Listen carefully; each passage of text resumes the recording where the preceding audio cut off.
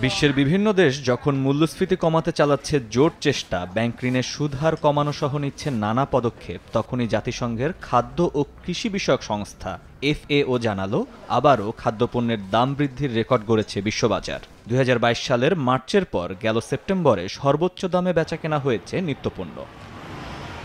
FAOর মাসিক প্রতিবেদনে দেখা যাচ্ছে গেল আগস্টের তুলনায় সেপ্টেম্বরে গম, ভুট্টা সহ দানাদার খাদ্যপণ্যের দাম 3% বেড়েছে। দাম বৃদ্ধির কারণ হিসাবে কানাডা ও ইউরোপীয় ইউনিয়নে ফসল উঠতে দেরি হওয়াকে দায়ী করা হয়।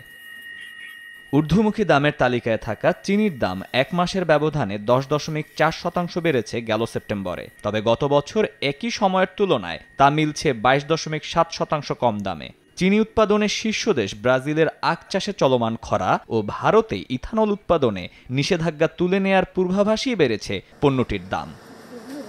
বিশ্ববাজারে ভোজ্য তেলের দাম 2023 সালের পর গেল সেপ্টেম্বরে হয়েছে সর্বোচ্চ। মাত্র এক মাসের ব্যবধানে সয়াবিন, পাম এবং সূর্যমুখী তেলের দাম বেড়েছে 4.5% বেশি। FAOর হিসাবে গত মাসে দুগ্ধজাত পণ্যের দাম বেড়েছে প্রায় 4%। চাহিদা বৃদ্ধির কারণেই দামের ঊর্ধ্বগতি বলে বিশ্লেষণ তুলে ধরেছে সংস্থাটি। এদিকে নিউজিল্যান্ডের গ্লোবাল ডেইরি ট্রেডও জানিয়েছে 3 সপ্তাহের বেশি সময় ধরে বিশ্ববাজারে বাড়ছে দুগ্ধজাত পণ্যের দাম।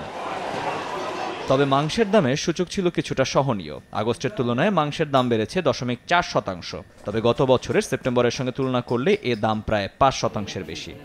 মহির মারুফ, সময় সংবাদ।